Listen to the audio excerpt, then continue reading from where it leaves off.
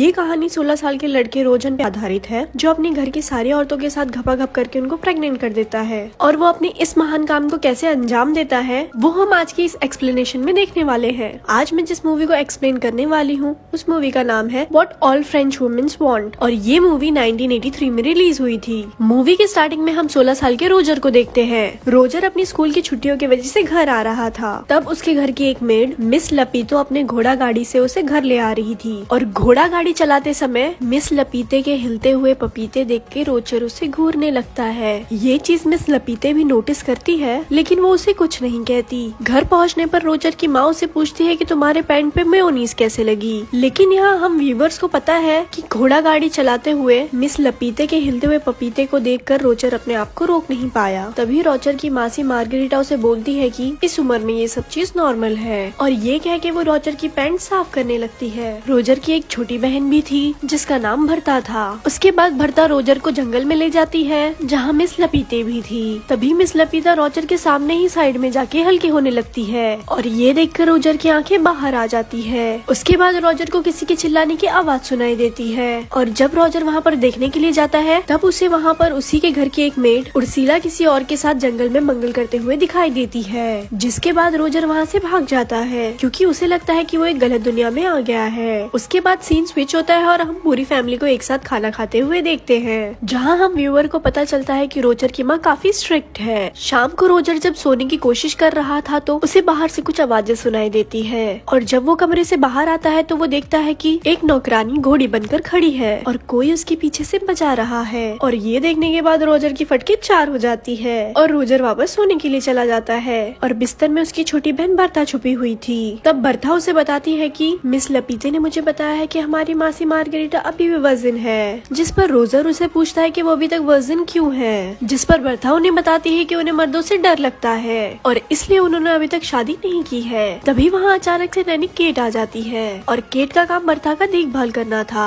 बरखा के वहाँ से जाने के बाद केट रोजर का ब्लैंकेट हटाती है, जिस पर रोजर अचानक से डर जाता है क्योंकि रोजर का पप्पू खड़ा हो गया था और उसे देखने के बाद केट भी थोड़े बहुत मजे ले लेती है। अगले दिन बर्था रोजर को एक नदी के किनारे ले जाती है जहाँ उसके घर की सारी मेड एक दूसरे से नहाते नहाते अपनी सीक्रेट शेयर कर रही थी। बर्था और रोजर अपने घर के 4 मेड को छुपके से देख रहे हैं। तभी नदी के किनारे 3 नमूने आ जाते हैं और ये तीनों भी रोजर के घर में काम किया करते थे और वो तीनों भी अपना पप्पू बाहर निकाल के मेड के सामने ही हल्के होने लगते हैं और वो अपना स्पाइडरमैन मेड को दिखाने लगते हैं। तभी उर्सला बोलती है कि तू शेर तो मैं सवा शेर हूँ। तभी उर्सला उन तीनों को अपना पिछवाड़ा दिखाने लगती है और उसके पिछवाड़े का दर्शन भरता और रोजर भी पेड़ के पीछे से ले रहे रहते हैं। अगले सीन में रोजर की बड़ी बहन एलिसा अपने पापा के साथ आती है और सब लोग उसका वेलकम करते हैं। एलिसा आते ही सब लोगों से गले मिलती है और जब रोजर की बारी आती है तो वो उसे फोरहेड किस करके वहाँ से चली जाती है, जिस पर रोजर सोचता है कि मेरे अंदर कांटे लगे थे क्या। तभी बर्था रोजर को एक चर्च में ले जाती है जहाँ दोनों छत पर छिप जाते हैं। तभी वहाँ मार्गरीटा आती है और वो चर्च के पादरी से अपनी सारी बातें बताने लगती है और वो पादरी से बोलती है कि जब से रोजर यहाँ आया है तब से मैं उसके साथ सपने में धक्का पेल करती हूँ। ये सारी बातें रोजर भी सुन रहा था। ये सुनने के बाद रोजर बहुत ज्यादा खुश होता है और बहुत ज्यादा एक्साइटेड हो जाता है, जिसके बाद वो पादरी के बगल में गिर जाता है और पादरी इन दोनों को रोजर की माँ के पास ले जाता है, जिस पर रोजर की माँ पादरी से बोलती है कि आप ही बताइए मैं इन दोनों के साथ क्या करूँ। जिस पर पादरी बोलता है कि आप रोजर के पिछवाड़े पे मार मार के उसके पिछवाड़े बंदर की तरह लाल कर दो, तभी इसे समझ आएगा और ये काम मार्गरीटा अपने शुद्ध हाथों से करेगी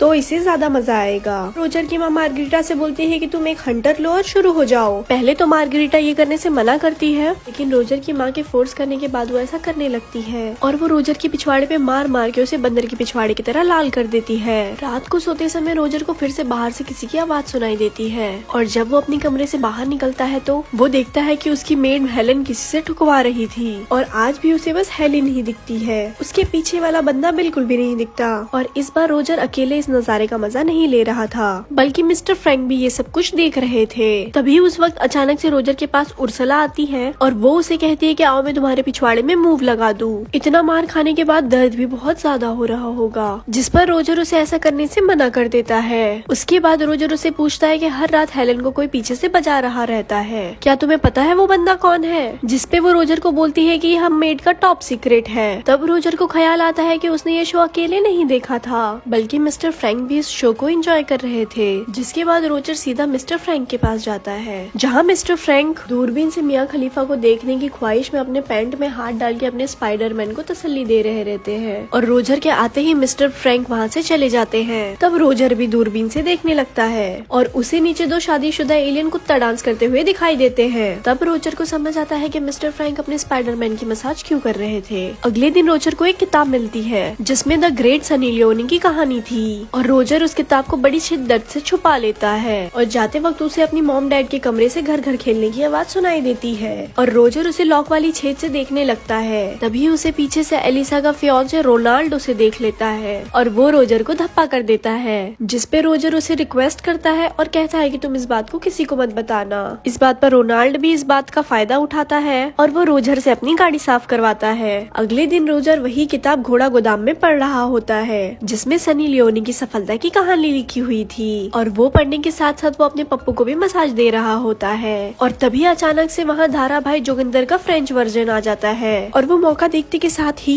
हेलन को आधा खिड़की के अंदर और आधा बाहर फंसा देता है और वो बाहर जाके साइड से हेलन की गैलन में पानी भरने लगता है। तभी हेलन की नजर रोजर पे पड़ती है और वो उससे हेल्प मांगने लगती है। जैसे ही रोजर उसकी मदद करने के लिए जाता है तभी हेलन उसे बोलती है रुको जरा सबर करो और गैलन में पानी भरने दो। तभी रोजर निकल के बाहर देखने जाता है कि हेलन की गैलन में पानी कौन भर रहा है, लेकिन तब तक जोगिंदर भाई अपना काम कर चुके थे। अगले सीन में रोजर अपनी फैमिली के साथ बैठा था जहाँ रोलांड रोजर को अपने जूते साफ करने के लिए कहता है, लेकिन रोजर काम करने से सीधा मना कर देता है। तभी रोलांड अपनी औकात दिखाता है और वो रोजर की सारी सच्चाई उसकी माँ को बता देता है, जिस पर रोजर की माँ बोलती है कि मेरी दोनों बेटियाँ ठीक है, लेकिन पता नहीं मैंने इस इमरान हाशमिन को जन्म कैसे दे दिया। जिसके बाद रोजर अपनी सनी लियोनी वाली किताब को अपनी बहन की किताब से बदल देता है और वो छुप के देखता है कि वो इस किताब को पढ़ेगी या नहीं। उसके बाद एलिसा उस किताब को पढ़ के ऐसा रिएक्ट करती है जैसे उसे धरती पर स्वर्ग मिल गया हो। उसके बाद रोजर किचन में जाता है जहाँ उर्सला होती है और वो मौका देख के उर्सला को वहीं घोड़ी बनाने लगता है, लेकिन तभी अचानक वहाँ एक दूसरी मेड आ जाती है और रोजर वहाँ छुप जाता है। जिसके बाद रोजर सोचता है कि मेरे ही किस्मत में एल लगे हुए हैं। तभी उसके दिमाग की बत्ती जलती है और वो मिस लबीता के पीछे उसके पपीते दबाने जाता है, जिसपे मिस लपीते उसे पहले मना करती है कि ऐसा मत करो, लेकिन थोड़ी देर बाद उसे मिस लपीते कहती है रोजर मेरे बच्चे जितना बजाना है तुम बजाओ। लेकिन वहाँ रोजर की नोबिता वाली किस्मत चमक जाती है और बाहर कोई जर्मनी और फ्रांस के बीच में जंग का ऐलान कर देता है और सबको पता चलता है कि जर्मनी ने फ्रांस से जंग का ऐलान कर दिया है। अगले दिन सब लोग युद्ध में जाने की खुशी मना रहे होते हैं, लेकिन रोजर की हालत ऐसी होती है जैसे उसने ढिंडोरा की लॉटरी जीत ली हो। लेकिन फ्रांस में एक नियम था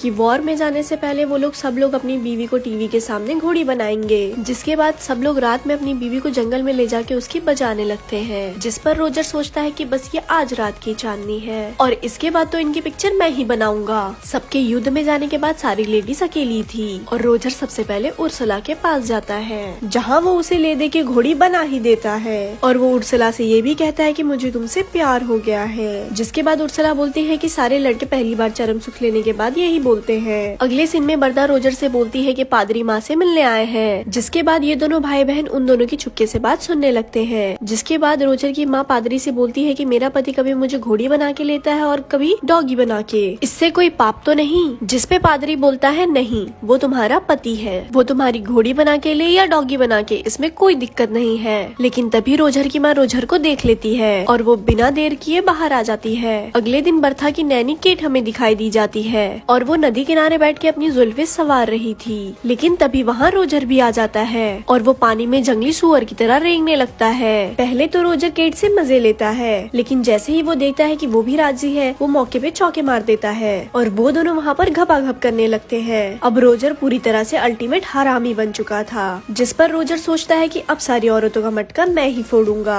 और अगले दिन रोजर का बाप वहाँ छुट्टी लेकर आ जाता है और रोजर देखता है कि मार्गरीटा और केट उसके माँ बाप को घर घर खेलते हुए देख रहे हैं, जिस पर रोजर उनसे कहता है कि तुमसे ना हो पाएगा और ये बोल के वो वहाँ से घर भी चला जाता है। ये देख के उसके माँ बाप हैरान हो जाते हैं और रोजर को वहाँ से भगाने लगते हैं। जिसके बाद मार्गरीटा अपने कमरे में सोने के लिए चली जाती है, लेकिन रोजर उसके कमरे में उसे धप्पा कर देता है और उससे पूछता है कि क्या तुम अभी तक वर्जिन हो, तो आओ मैं तुम्हारा गेम बजा देता हूँ। जिसके बाद वो दोनों घबाघब करने लगते हैं। उसके बाद हम फिर से हेलन को देखते हैं जो चाय नाश्ता लेकर आ रही थी, लेकिन इस बार युद्ध में जाने की वजह से उसका बजाने वाला कोई नहीं था। तभी वो रोजर के कमरे में जाती है और रोजर उसे पीछे से पकड़ लेता है और वो उसे घोड़ी बना देता है। अगले दिन रोजर एलिसा के पास जाता है जहाँ वो घोड़ों को घास खिला रही थी, जिस पर रोजर उसे बोलता है कि मैं आज तेरी भी पिक्चर बनाऊंगा। पहले तो एलिसा उसे ऐसा करने से मना करती है, लेकिन थोड़ी देर बाद बोलती है कि हाँ मेरी पिक्चर बनाओ और हाँ मुझे पिक्चर में घोड़ी का रोल देना, जिसके बाद रोजर उसे भी घोड़ी बना देता है। अब रोजर सारी औरतों के बीच पॉपुलर हो गया था।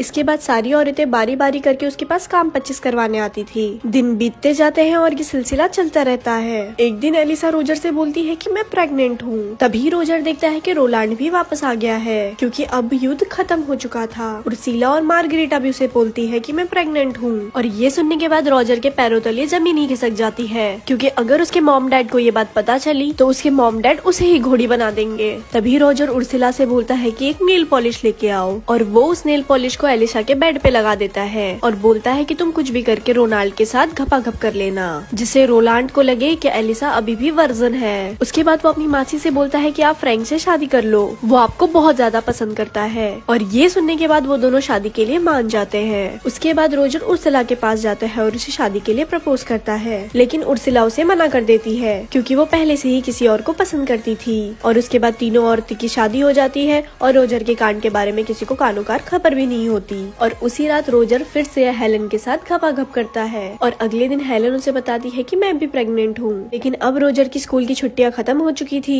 इसीलिए वो उसे बोलता है कि मैं तुम्हारे लिए भी एक अच्छा पति ढूंढ लूंगा, जिसपे हेलन बोलती है कि तुम इसकी टेंशन मत लो, क्योंकि मैंने सब लोगों के साथ घपाघप किया है और मैं इस पे किसी का भी नाम लगा सकती हूँ। उसके बाद रोजर अपने पापा के साथ खुशी खुशी वहाँ से चला जाता है और ये मूवी यहाँ खत्म हो जाती है। ऐसे ही और मूवी जानने के लिए इस पेज को लाइक करें। धन्यवाद।